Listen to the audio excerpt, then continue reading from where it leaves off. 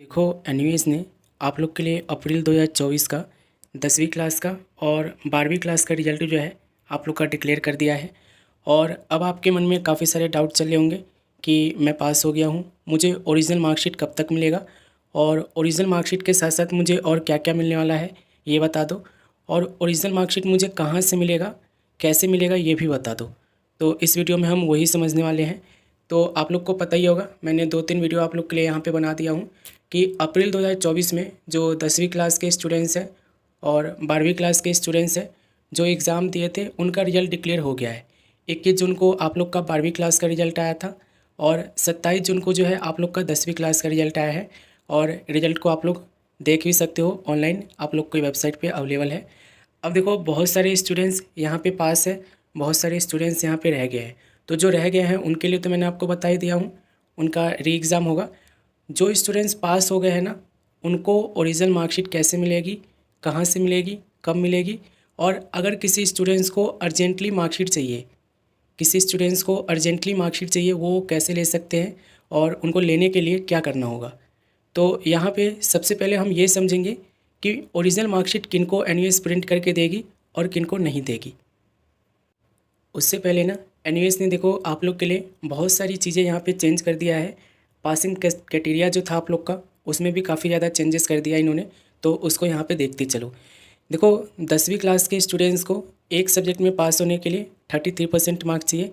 और वो मार्क्स कैसे चाहिए, theory plus practical equal to 33% आपको लाना है। जैसे कि सपोज करो अगर आपका साइंस एंड टेक्नोलॉजी का आपका 10वीं क्लास का एग्ज़ाम था, ठीक है, या फिर 10वीं क्लास में कोई ऐसा सब्जेक्ट का एग्ज़ाम था जिसका थ्योरी प्लस प्रैक्टिकल था, तो थ्योरी प्लस प्रैक्टिकल दोनों को प्लस करके आपका 33% आना चाहिए, आप पास माने जाओगे।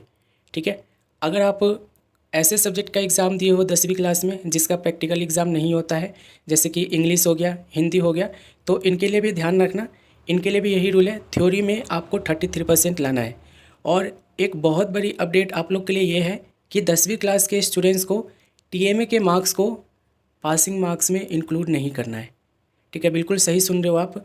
जो पहले आप लोग के टीएमए के मार्क्स 10वीं क्लास में पासिंग मार्क्स में इंक्लूड होते थे, अब वो नहीं होंगे, इस चीज़ को ध्यान रखना। ठीक है, जैसे कि यहाँ पे आप देख लो, एक चीज़ मैं आपको दिखा देता हूँ, इनका देखोगे संस्कृत साहित्य के थ्योरी एग्ज़ाम में 15 नंबर है इनके टोटल। ठीक है, और इनका टीएमए में 18 नंबर है और टोटल इनका देखोगे 33 बनना है। फिर भी इनको एसवाईसी दिया गया है। क्यों दिया गया एसवाईसी, क्योंकि एनयूएस का रूल है कि अब आपको एनयूएस में 10वीं क्लास में पास होने के लिए आपको थ्योरी में प्लस अगर प्रैक्टिकल है तो दोनों का मिला के 33% लाना होगा। अगर प्रैक्टिकल नहीं है तो अकेला आपको 33% लाना होगा थ्योरी एग्ज़ाम में।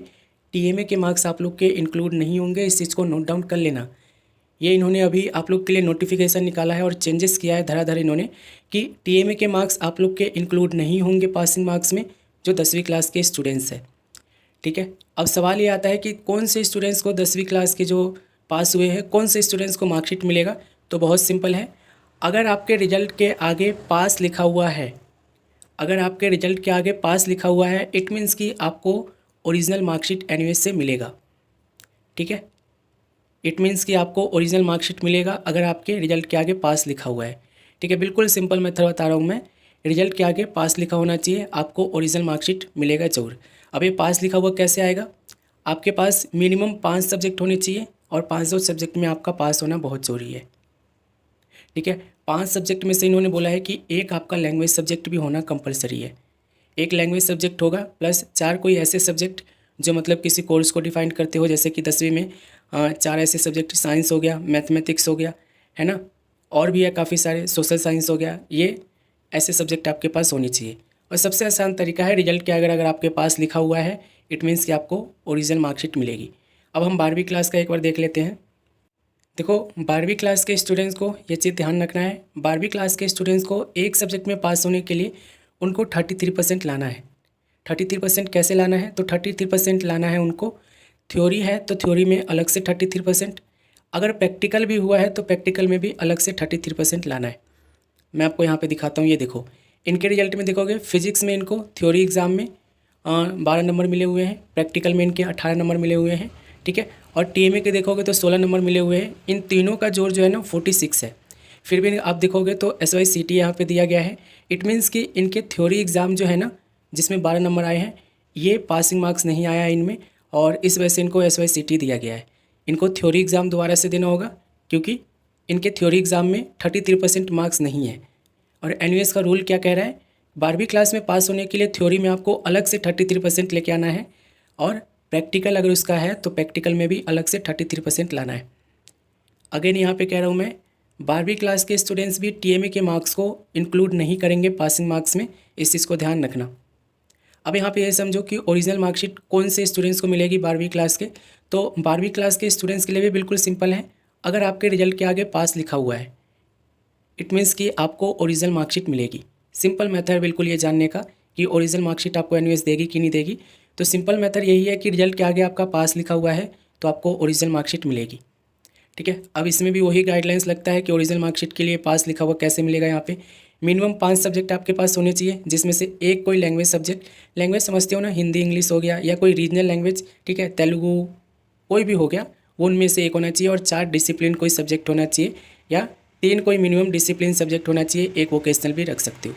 ठीक है, तो ओरिजिनल मार्कशीट उन्हीं को मिलेगी जिनके रिजल्ट के आगे पास लिखा हुआ है। अब ओरिजिनल मार्कशीट कैसे मिलेगी, कब मिलेगी, ये भी समझ लो। तो देखो, ओरिजिनल मार्कशीट कितने दिनों में मिलेगी, सबसे पहले ये ध्यान रखो, ओरिजिनल मार्कशीट की प्रिंटिंग जो है होने में कम से कम 45 दिन लगेगा। ठीक है, ये चीज़ को यहाँ पे नोट डाउन कर लेना। 10वीं क्लास के स्टूडेंट्स के लिए भी यही है, और 12वीं क्लास के स्टूडेंट्स के लिए भी यही है। अब ये 45 दिन कैसे काउंट करोगे, तो जिस दिन से आपका रिजल्ट आया है उसके बाद से आपको 45 दिन काउंट करना है। 45 दिनों बाद आपको ओरिजिनल मार्कशीट मिलेगा। अब मिलेगा कैसे, तो मिलेगा ऐसे, यहाँ पे ध्यान रखो। देखो, ये नोटिफिकेशन है जो कि PCP क्लासेस के रिगार्डिंग आती है, और इसमें एक चीज़ यहाँ पे मेंशन होती है कि मार्कशीट और अदर पासिंग सर्टिफिकेट आपको कैसे मिलने वाली है। ठीक है, तो मार्कशीट आपको कैसे मिलेगी, इसका आंसर बहुत आसान है। देखो, ओरिजिनल मार्कशीट आपको ये देखना है कि आपका स्टडी सेंटर आपके घर से कितना दूर है। ठीक है, वैसे इस नोटिफिकेशन में यही बोला है कि जो आपका स्टडी सेंटर है वहीं से आप लोग को ओरिजिनल मार्कशीट मिलेगा। ठीक है, ओरिजिनल मार्कशीट वहीं से मिलेगा जहाँ पे आपका स्टडी सेंटर है। लेकिन एक चीज़ यहाँ पे और नोट डाउन कर लेना, स्टडी सेंटर के अलावा आपको कहाँ से मार्कशीट मिल सकता है, ये भी यहाँ पे मैं बता देता हूँ। देखो, स्टडी सेंटर के अलावा आपको ओरिजिनल मार्कशीट बाय पोस्ट मिल सकता है, साथ में आप लोग को रीजनल सेंटर से भी जाकर आप कलेक्ट कर सकते हो। यहाँ पे ध्यान रखना, आप लोग को ओरिजिनल मार्कशीट जो है, यहाँ पे नोटिफिकेशन के अकॉर्डिंग यही बोला गया है कि आप लोग को मिलेगा स्टडी सेंटर से। लेकिन यहाँ पे एक चीज़ नोट डाउन करने वाली बात है कि अगर आपका स्टडी सेंटर आपके घर से बहुत दूर है, बहुत दूर से मतलब हो गया 10 किलोमीटर के ऊपर है, ठीक है, 20 किलोमीटर है, या 25 किलोमीटर है, या 30 किलोमीटर है, या 40 किलोमीटर है, 100 किलोमीटर है, तो उस केस में आपको आपकी ओरिजिनल मार्कशीट जो है ऑनलाइन आपके घर पर आएगा बाई पोस्ट। ठीक है, बाई पोस्ट आपके घर पर आएगा ओरिजिनल मार्कशीट, आपका स्टडी सेंटर अगर आपके घर से बहुत दूर है। ठीक है, और वो बाई पोस्ट के लिए आपको कोई ट्रैकिंग आईडी नहीं मिलती है ट्रैक करने का। हाँ, हम कोशिश कर सकते हैं आपकी मार्कशीट को दिलवाने में, तो वो हमसे आप अगर आपने बैच ज्वाइन कर रखे हो तो आपको हम free of cost original marksheet को कलेक्ट करवा देंगे। लेकिन जो बैच ज्वाइन नहीं है उनको तो यही है कि उनसे हमें कॉन्टैक्ट करना होगा, और हमसे वो कॉन्टैक्ट करेंगे, उसके बाद ही हम उनको हेल्प कर पाएंगे। ठीक है, तो ओरिजिनल मार्कशीट स्टडी सेंटर से मिलेगा कब, जब आपका स्टडी सेंटर 1 किलोमीटर से लेकर 10 किलोमीटर के बीच में दूर पड़ता है। ठीक है, और उससे ज़्यादा है तो आपको ऑनलाइन आपके घर पर आएगा बाई पोस्ट, जो भी एड्रेस आपने दे रखे हो कोरेस्पोंडेंस एड्रेस में, कोरेस्पोंडेंस एड्रेस को चेक कर लेना, उसी एड्रेस पर बाई पोस्ट आपका आएगा। ठीक है, ओरिजिनल मार्कशीट।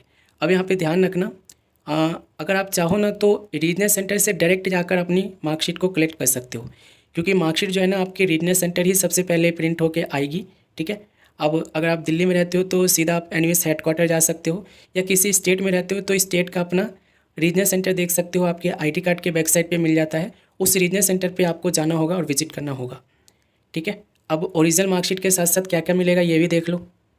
तो ओरिजिनल मार्कशीट के साथ आपको माइग्रेशन सर्टिफिकेट और प्रोविजनल सर्टिफिकेट मिलेगा। ठीक है, ये 3 डॉक्यूमेंट आप लोग को मिलने वाले हैं, और ये कैसे मिलेगा अभी मैंने आपको समझा दिया हूँ। कोई ऐसा स्टूडेंट्स है जिसको अर्जेंटली मार्कशीट चाहिए तो उस केस में हमें वो कॉन्टैक्ट करेंगे। इंस्टाग्राम ID आपको मैंने वीडियो के डिस्क्रिप्शन में दे रखा हूँ, और कमेंट सेक्शन में भी पिन हुआ पड़ा है। अर्जेंटली से मतलब है कि जिनको 21 दिन के अंदर मार्कशीट चाहिए घर पे, वो हमें कांटेक्ट करेंगे, हम आपको मार्कशीट 21 दिन के अंदर दिलवा देंगे। क्योंकि 12वीं क्लास के स्टूडेंट्स को एडमिशन लेना है, और अगर आप ओपन से मतलब कि बना रखे हो अमाउंट की ओपन से मुझे करना है, तो ओपन की डेट ऑलरेडी डिक्लेयर हो चुकी है, क्लोजिंग डेट भी यहाँ पे मेंशन कर दिया है उन्होंने। ठीक है, तो कोशिश करो, अगर आपको अर्जेंटली मार्कशीट चाहिए तो हमें कॉन्टैक्ट कर लेना। मेरे ख्याल से और कुछ यहाँ पे रहता नहीं है, कुछ रह गया होगा तो कमेंट सेक्शन में ज़रूर पूछना। और प्लीज़ अगर आप इस वीडियो को पहली बार देख रहे हो तो प्लीज़ चैनल को सब्सक्राइब कर लेना। मैं ऐसे ही आप लोग के लिए वीडियो बनाता रहता हूँ, और वीडियो को लाइक ज़रूर कर देना ताकि हम आगे भी आप लोग के लिए ऐसे ही वीडियो बनाते रहें। ठीक है, मिलते हैं अगली वीडियो में, तब तक आप चैनल पे बने रहना।